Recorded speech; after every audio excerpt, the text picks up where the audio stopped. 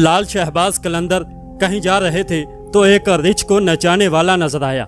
पूछा, तुम कौन हो? तो बोला, कलंदर हूँ। उस दौर में रिछ नचाने वाले को भी कलंदर कहते थे। आप बेख्तियार मुस्कुरा दिए।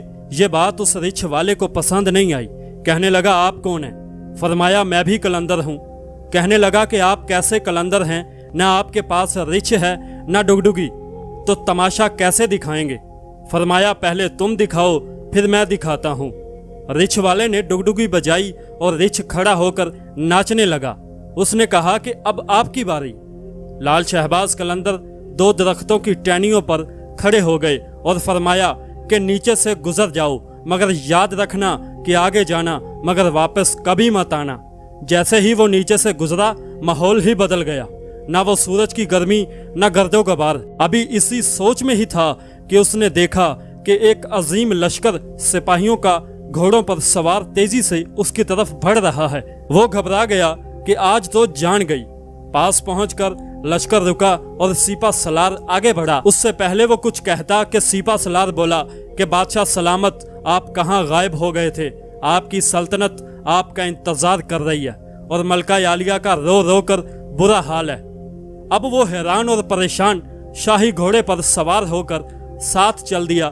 जब महल पहुंचा तो अजीम शान इमारत देखकर हैरान था। महल के अंदर दाखिल हुआ तो खूबसूरत मलका गिले शिकवे करती लिपट गई। अब वो शाही पोशाक पहनकर तख्त पर बैठ गया। सालों गुजर गए, बच्चे हुए, फिर शहजादे बड़े हो गए, बुढ़ापा आ गया, जिस्म से जान मुंह से जायका चला गया।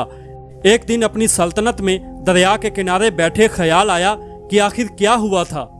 उसी जुस्तजू में वहीं पहुंचा जहां पर लश्कर था, तो देखा कि वो दरख्त अभी भी मौजूद है। सोचा चलो देखते हैं, और दरख्त के बीच से गुजरा तो माहौल बदल गया।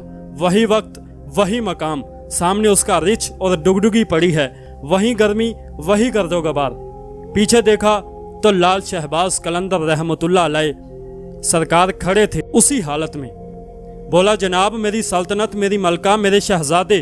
तो आपने फरमाया, ये सब तमाशा था। प्यारे दोस्तों, वीडियो अच्छी लगी तो आप हमें फॉलो सब्सक्राइब करें। मिलते हैं फिर किसी अगली वीडियो।